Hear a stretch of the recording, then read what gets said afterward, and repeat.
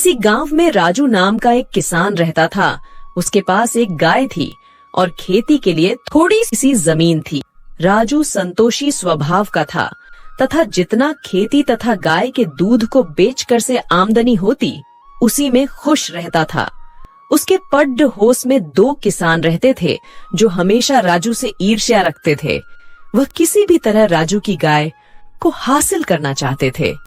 एक दिन उन्होंने राजू से कहा कि हम तुम्हें मुंह मांगा धन देंगे, यह गाय हमें बेच दो।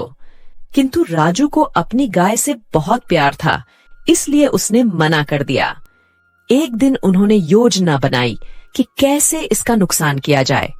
इस योजना के अनुसार एक रात को उन दोनों ने राजू के खेत में आग लगा दी। राजू की सारी फसल जलकर नष्ट हो चुकी थी।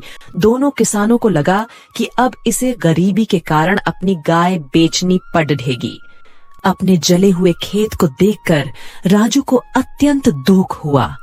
अब उसके पास कुल पूंजी के नाम पर 20 पुराने चांदी के सिक्के बचे थे, जिनको उसने एक पोटली में बांधा और अपनी गाय के गले में बांध दिया ताकि रास्ते में किसी चोर को शक न हो।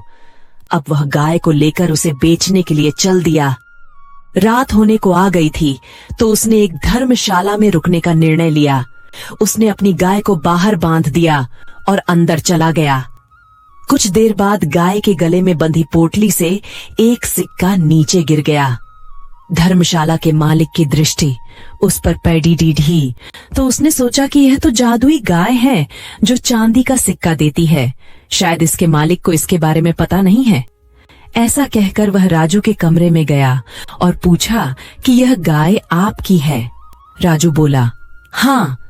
तो वह व्यक्ति बोला कि मैं इस गाय को खरीदना चाहता हूँ। राजू को और क्या चाहिए था, वह तैयार हो गया।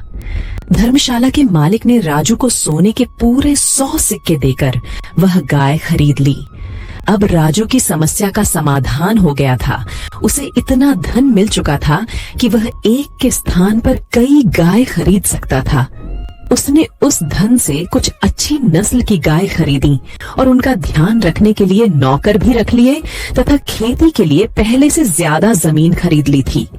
अब राजू की गिनती गांव के बड़े तथा धनी किसानों में होने लगी थी। जो किसान उसका बुरा चाहते थे उनका दांव उलटा पड़ चुका था। कहानी का सार, कभी किसी का बुरा नहीं सोचना चाहिए और नहीं कभी करना चाहिए।